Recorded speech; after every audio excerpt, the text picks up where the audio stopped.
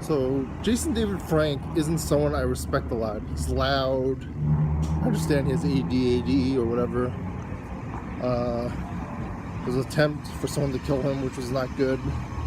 But fans respect him. He's a part of the franchise. He's the face of the franchise. Almost as much as Austin St. John. And I feel like at the end of Power Rangers Turbo, James Saban didn't care. I don't know if it was a money thing. I don't know if it was an attitude backstage thing, which is entirely possible considering he did a lot of stuff like dropping his pants during a Christmas episode with Amy Jo Johnson. I doubt James Saban actually cared about that, but that's a possibility.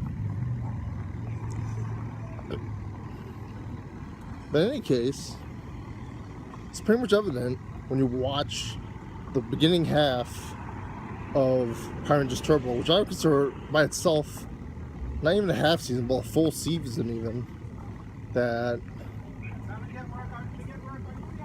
James Saban was pretty much trying to sabotage Jason David Frank and the original Power Rangers cast for the first season or half season of Power Rangers Turbo. They're getting removed. Pretty much. It wasn't even Jason David Frank. Kat had like a couple episodes, like the Wait and See episode where she had the Wait episode, and the episode with Lieutenant Stone's daughter. They don't get references again. It didn't help that Kat got removed from the show, but they didn't really amount to anything. Ratings went up after the new cast was brought in because the writing was better. They were sabotaged. It was a burn.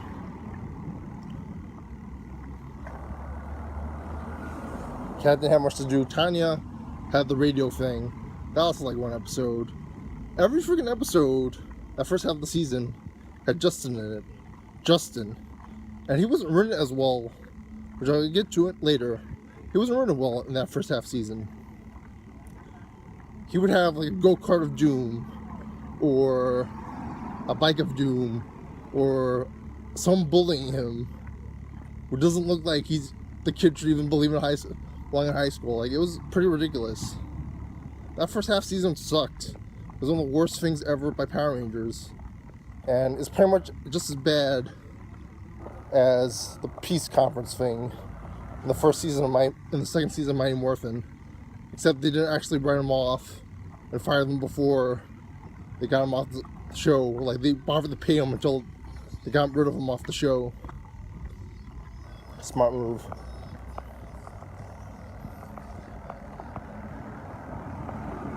They never came back for In Space other than like TJ, or other than like Justin.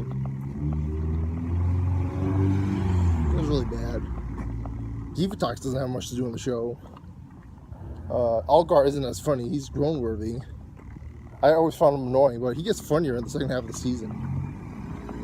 Divatox, I don't even know where she's a villain. She plays off the word evil. I don't know if Carol Hoyt wasn't as entertaining, but it sort of just didn't work. I think they just didn't write her good lines. I don't know if Hillary Shepard Turner improvised or not, but like, it was really bad what she did. What Carol Hoyt Divatox did. And as a kid in middle school, I didn't care what happened to this. I don't know how big the internet was, but I don't know if in the New York Times they would advertise Power Rangers, because I'm in New York, the Power Rangers cast is getting fired or whatever. I don't know if that would make the New York Times. Well, please post articles to prove me wrong.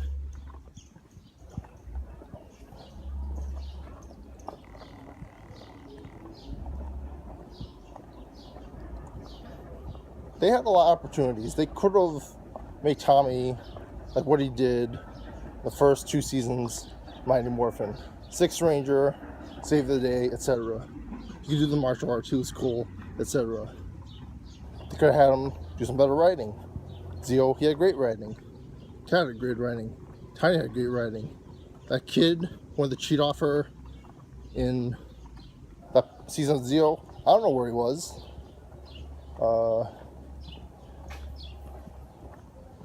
didn't help that Rocky left, but by the time of the movie, they could have already transferred the powers. They didn't do that. They tested the ratings first to see if they should stay. It didn't work. Although I expect some sabotage.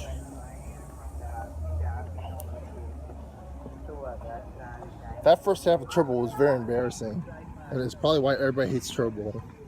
The second half is excellent. Cassie Chan is a kick-ass version of Kimberly. She does martial arts opposed to gymnastics. She has a great voice, which is why she's a voice actress now. And it does really well with the head bobs, where they're doing the Power Rangers Turbo ADR. TJ, I think, sort of didn't work. And Carlos is running like a totally different character until the episode where he teams up with Adam again. Nobody remembers the two characters being together anyway. But that was pretty good, what they did with those two and their characters. Like, if they had brought back Walter Emmanuel Jones, that wouldn't have made sense, because it wouldn't have helped the Carlos character.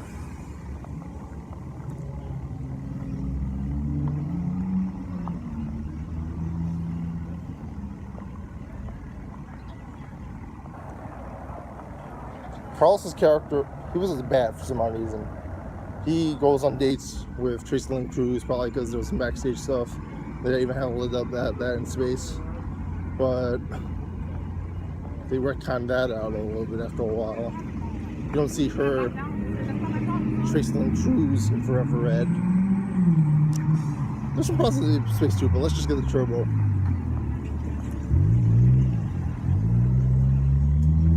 Very nonsensical. And some people have issues with Rocky. I felt like at least they established his character as the second in command to Tommy very well. He commands the Zords. They have a certain setup because of how he's set up. TJ saves Tommy. That's the only, he does something. They do something with his character. They don't make it as if he's like proud of saving Tommy, or he has a legacy to hold up with the second half season of Power Rangers Turbo. I'll wait till this music clears.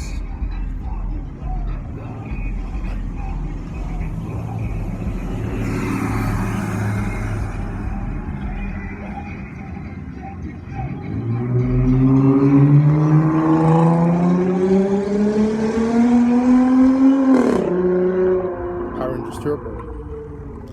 So anyway,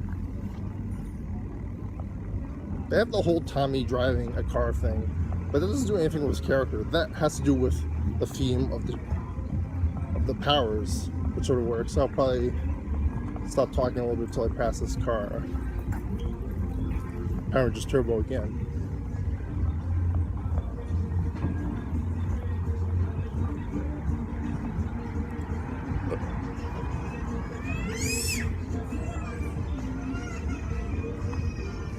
Oh, city life, always loud and annoying.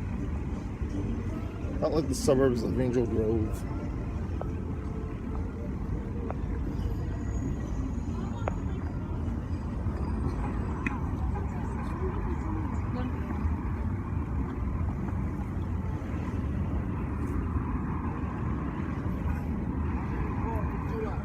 How they introduce Tracy, not only how they introduce Tracy Lynn Cruz, but how they introduce the second half of the season and the new Power Rangers are weird. Power Rangers transfer, that was a good episode. Tracy Lynn Cruz and Carlos don't have much to do, and that's a problem. But at least Cassie and TJ saved the old Rangers. Tracy Lynn Cruz's intro episode, outside of the whole Carlos has the dark side to him, he doesn't save the day, he hurt somebody in a soccer game. That was good. Tracy Lynn Cruz doesn't like Carlos because of that happening. In addition, Tracy Lynn Cruz, her first episode as actual Ranger, the whole fashion jacket thing, that seemed very poorly done. I don't remember that's the original production order, but that doesn't really fit. I would have put it after the Phantom Ranger stuff. I didn't get to that. Another thing I would have done is having the RoboCop, what's his name is, Signal Man and Car Ranger, or Blue Centurion as a Six Ranger, or have the whole show revolve around him. You know, he looks like a toy as a voice actor. You don't have to, you know, pay for his physical appearance. He'd be sick, and then you can voice over later, or you can find another voice actor. He doesn't need a physical placement, but they don't do that. They keep on not writing anything for anybody except maybe Justin, and sometimes don't even do that in the first season.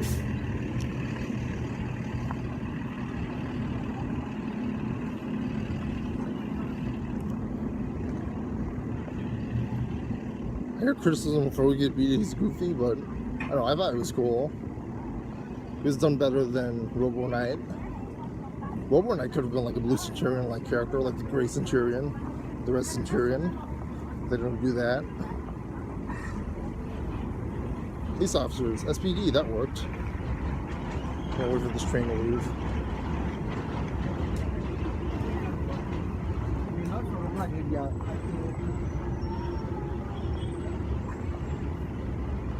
Like,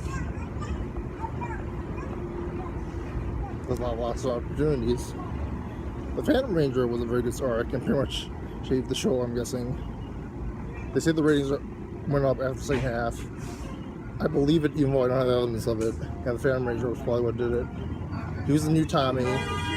He was basically like the Blue Centurion. Showed up a little bit, had the ADR character on the scene, etc.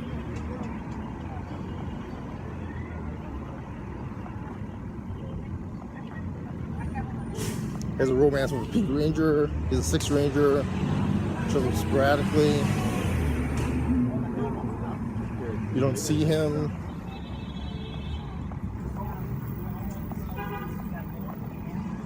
He's really cool and kicks ass. By this time, it wasn't, what's his name, from the second season of Mighty Morphin taking over the stunt work. I don't know when Koichi Sakamoto actually started. Was he from the first season, or did he come in the Lin series? Because that's interesting to think about. I also don't know if Lin and Draxler were both involved. I don't know if they were struggling to fight in that Power Ranger season Turbo. That was interesting.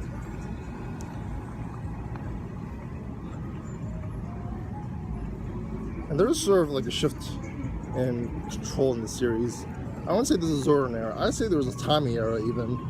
And then stuff after that.